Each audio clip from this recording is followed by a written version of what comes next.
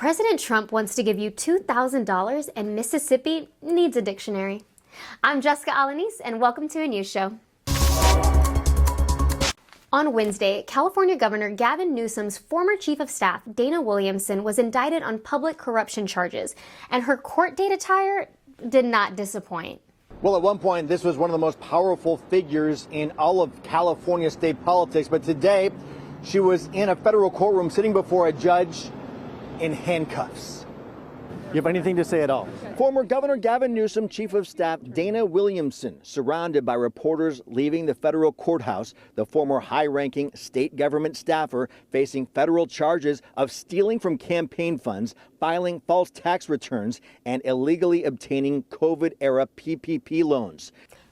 Honestly, kind of a baller move to roll up to the court in sweats when you've been accused of stealing thousands of dollars from a dormant campaign fund to buy yourself luxury bags and charter private jets. Hey, never let them know your next move. The Supreme Court agreed to hear a case about mail-in ballots in Mississippi, which centers on the meaning of the term Election Day. What's the confusion? It's not complicated. Election Day means the day of election, right? But Mississippi heard that and said, whoa, slow down with those fancy big city words. You can't just put two words together and expect us to know what that means. Like stepsister and girlfriend? Well, that's the same damn thing. In other news, Roman Catholic bishops are increasingly concerned about the treatment of migrants, and this week they elected a new leader who reminded Catholics that Jesus was once a refugee. ICE is now on the lookout for a guy wearing a robe, sandals, and leaves one set of footprints in the sand. President Trump doubled down on his idea to send $2,000 tariff checks to millions of Americans and still somehow have enough tariff revenue left to pay down the national debt. You can read all about it in his new book, Math. Well, that's like numbers, right? Over on Truth Social, President Trump introduced his idea for a 50-year home mortgage loan. The shortest mortgage is 15 years, or as Trump calls it, prime recruiting age. And finally, the House Oversight Committee released thousands of documents related to child sex trafficker Jeffrey Epstein, including an email from Epstein to himself saying that Trump knew of it and came to my house many times during that period. Even though it does note that Trump never got a massage, it's still the type of thing that's going to make people ask, You have anything to say at all? And no, he does not. After 43 days, the longest government shutdown in U.S. history is officially over. We're covering that in our segment, Affordable Health. Who cares? The shutdown started in the first place because Senate Democrats were standing firm on demanding a deal that would have extended and made permanent the Affordable Care Act subsidies that make health care, well, affordable. And if you're surprised by the notion of Democrats standing on principle, don't worry, it didn't last. Because last week, Senate Minority Leader Chuck Schumer spoke on the Senate floor about wanting a deal that would extend the ACA subsidies for a year and allow the government to reopen.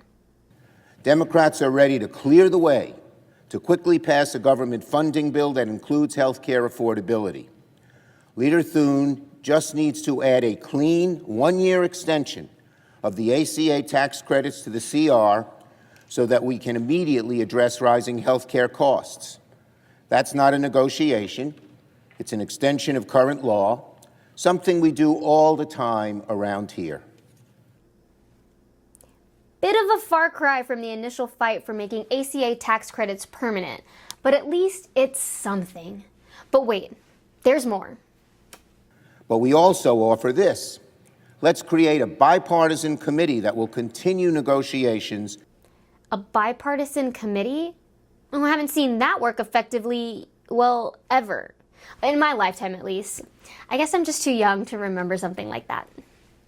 However, when you look at the deal the Democrats ended up with, you'll find that it didn't even accomplish a year-long extension, let alone a bipartisan committee that would inevitably get nowhere. No. All Democrats got instead is a deal that promises there will be a Senate vote on the ACA subsidies in December, when they expire. That's right. The best the Democrats could get was a pinky promise. And while Dems may have gotten Senate Majority Leader John Thune's word on that vote happening, it's not going to matter much when Speaker Mike Johnson has already made it clear he has no intention of allowing such a vote in the House. So you're not committing to bringing up a bill that deals with the Obamacare subsidies before they expire? I'm not committing to it or not committing to it. Great. As long as either way, he's not committing to it. Like the GOP and their grinder dates, I mean, they're not on the app. And why would he commit to bringing it to a vote? Republicans control the House and Senate. They can literally do whatever they want. Like molest children or cover up for their friends that do. Release the files. So why would the Democrats fumble such an incredible opportunity to get literally everything they wanted? 3 words: political action committees, or BOO for short. The Delta Airlines PAC, the American Airlines PAC, the Southwest PAC, basically every airline has a PAC. Yeah, even Spirit.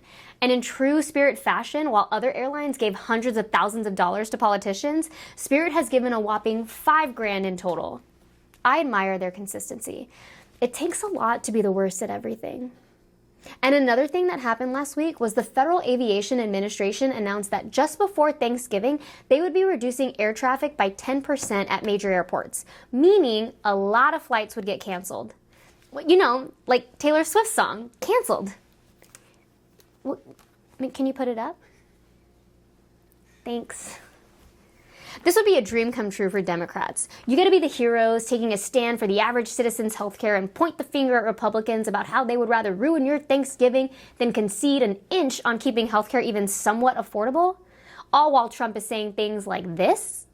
You can't imitate gold, real gold. There's no paint. But instead, we get Democrats who love their little airline PAC money, settling for a deal that gets regular Americans absolutely nothing.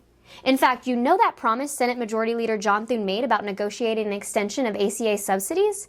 Turns out there's a catch. He's demanding stricter rules prohibiting any federal funding from going towards abortion.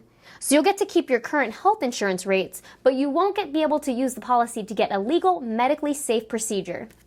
Use it or lose it, ladies. The bill to end the shutdown also eliminates safety rules related to food contamination and foodborne illnesses at farms and restaurants.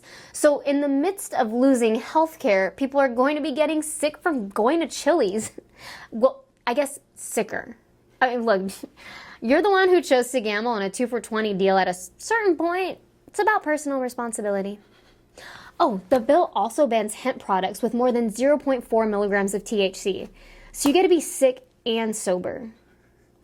For the record, the Democrats who voted yes were John Fetterman, Jackie Rosen, Catherine Cortez Masto, Richard Dick Durbin, Tim Kaine, Maggie Hassan, Jean Shaheen, and Angus King. Ew. It's giving Kristen Sinema in 2021.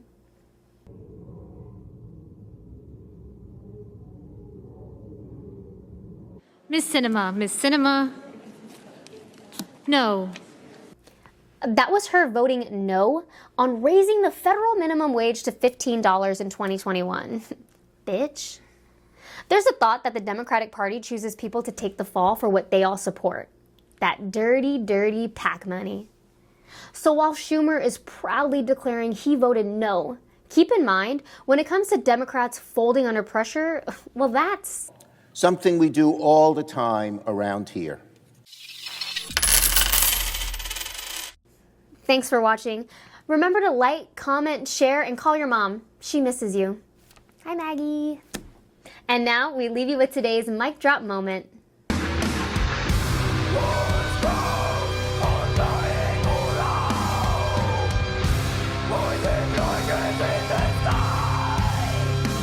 The Democrats who voted yes were John Fetterman, Jackie Rosen, Catherine Cortez Masto, Richard Dick Durbin, Tim Kaine, Maggie Hassan, Jean Shaheen. Dang. Jean? Throw away, you know. Toss it to the curb. Looks good. That's really good lighting today. Jeez. Yep. It's the dark hours. You just let it sit there for a second, like, because sometimes I'll get stills from the green screen, and then yeah, like something like that, and then I'll put the background on that. I'll probably do that one, what you just did, and be like, just More faces. check your hairline. Receding hairline. Single forever. You get followed by losers for life? No? You didn't? Me neither. What's the profile picture for a receding hairline? What was it? Just someone being like,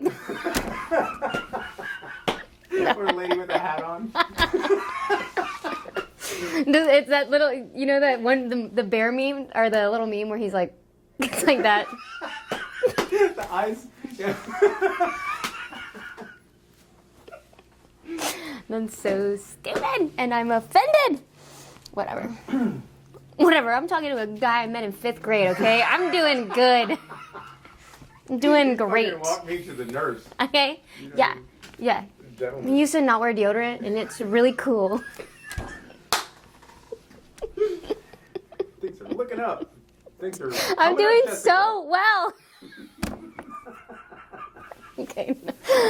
Okay. Start crying. Like. Oh my god. From All right. laughing to crying like that. I'm an actor.